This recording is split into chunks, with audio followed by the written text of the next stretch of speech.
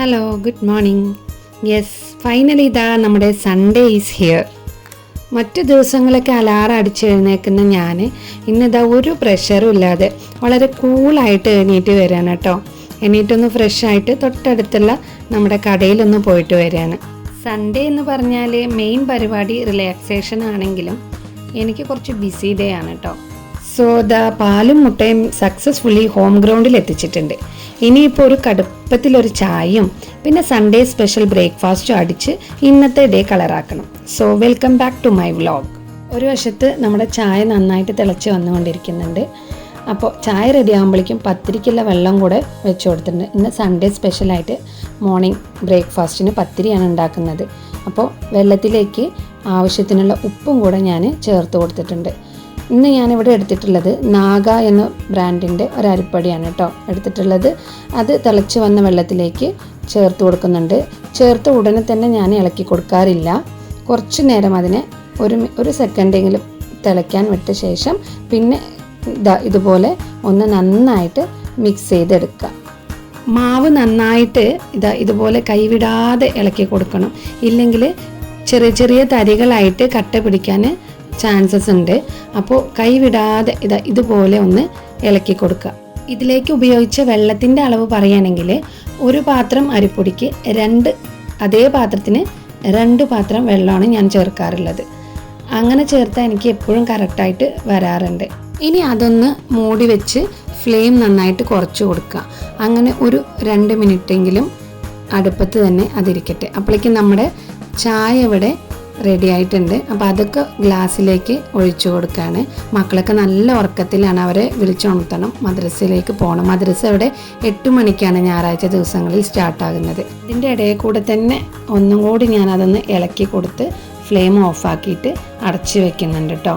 അപ്പോഴേക്കും നമ്മൾ ചായയൊക്കെ കുടിച്ച് വരുമ്പോഴേക്കും അത് നന്നായിട്ട് സെറ്റാവും. അങ്ങനെ ചായയൊക്കെ കുടിച്ച് വരുമ്പോഴേക്കും നമ്മുടെ മാവ് ഇവിടെ സെറ്റായി. ഇപ്പോൾ അതിനെ കുഴച്ചെടുക്കണം. അപ്പോൾ ഞാൻ കൗണ്ടർ ടോപ്പിൽ വെച്ചിട്ട് തന്നെ കേട്ടോ കുഴച്ചെടുക്കാറുള്ളത്. അവിടെ നല്ല വൃത്തിയാക്കിയ ശേഷം അവിടെ ഇട്ട് തന്നെ ഞാൻ മാവ് കുഴച്ചെടുക്കാറാണുള്ളത്. നന്നായിട്ട് കുഴച്ചെടുക്കണം. കുറച്ച് ചൂടൊക്കെ ഉണ്ടാവും. പക്ഷേ നമ്മൾ ഇടയ്ക്കിടയ്ക്ക് നമ്മുടെ കയ്യിൽ ഒട്ടാതിരിക്കാനേ ഇതുപോലെ ഞാൻ വെള്ളമാണ് കേട്ടോ ഇടയ്ക്കിടയ്ക്ക് ഇങ്ങനെ തൊട്ട് കയ്യിലാക്കുന്നത്. അങ്ങനെ വെള്ളത്തിൽ തൊട്ട് ഒന്ന് കുഴച്ചെടുത്താൽ നമ്മുടെ പത്തിരി പൊടി ഈസി ആയിട്ട് കുഴയ്ക്കാൻ പറ്റും. അതിങ്ങനെ നമ്മുടെ കയ്യിൽ ഒട്ടുമില്ല. അതേപോലെ നമ്മൾ കുഴയ്ക്കുന്ന സ്ഥലത്തും ഒട്ടിപ്പിടിക്കാറില്ല. ശരിക്കും പത്തിരിക്ക് 3 വേവാണ് കേട്ടോ ഉള്ളത്. അതായത് പൊടി വറുത്തെടുക്കണം.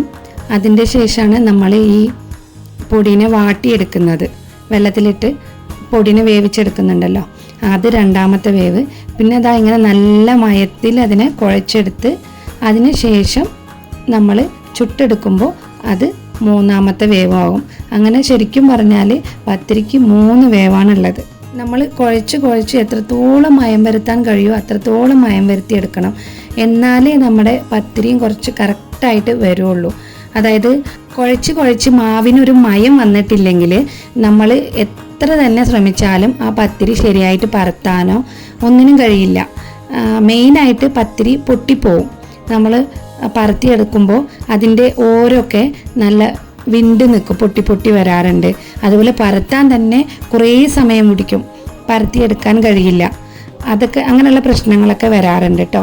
ഇപ്പം ഞാൻ ഒരു വിധമൊക്കെ എന്നെക്കൊണ്ട് കഴിയുന്ന പോലെ ഞാൻ ഇതുപോലെ കുഴച്ചെടുത്ത് അതിനെ 2 പാർട്ടായിട്ട് പിരിച്ചും കൂടെ കുഴച്ചെടുത്തിട്ടുണ്ട് കേട്ടോ. അങ്ങനെ കുഴച്ചെടുത്തിട്ട് അതിനെ നമുക്ക് ആവശ്യമുള്ള വലിപ്പത്തിൽ ഉരുളകളാക്കി എടുത്ത് മാറ്റി വയ്ക്കുകയാണ് കേട്ടോ. ഇതിങ്ങനെ കാണുമ്പോൾ നല്ല ഈസിയാണ്, പക്ഷെ കുഴച്ചെടുക്കുന്നതാണ് ഇതിലുള്ള മെയിൻ റിസ്ക്.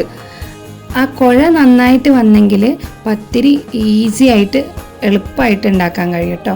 അങ്ങനെ ഇവിടെ എല്ലാം ഞാനിതുപോലെ ഉരുളകളാക്കി എടുത്ത് മാറ്റി വെച്ചിട്ടുണ്ട്. ഇനിയിപ്പോൾ ബാക്കി വന്ന പൊടി 1/2 കിലോ പൊടിയിൽ ബാക്കി വന്ന പൊടിയാണ് കേട്ടോ ഞാനിവിടെ ഇട്ട് കൊടുത്തിട്ടുള്ളത്. അവിടെ തന്നെ ഇട്ട് കൊടുത്ത് ഞാനത് പരത്തിയും കൂടെ എടുക്കുകയാണ്. അപ്പോൾ ആദ്യത്തെ ഉരുള എടുത്ത് അതിനെ കുറച്ച് പരത്തി എടുത്താൽ തന്നെ നമുക്ക് മനസ്സിലാവും നമ്മുടെ പത്തിരി പെർഫെക്റ്റായിട്ട് വന്നിട്ടുണ്ടോ ഇല്ലേ എന്ന്.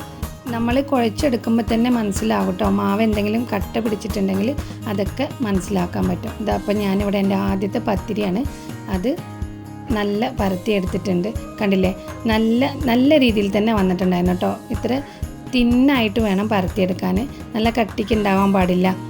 അപ്പോൾ എനിക്ക് നന്നായിട്ട് കിട്ടിയിട്ടുണ്ട് കേട്ടോ.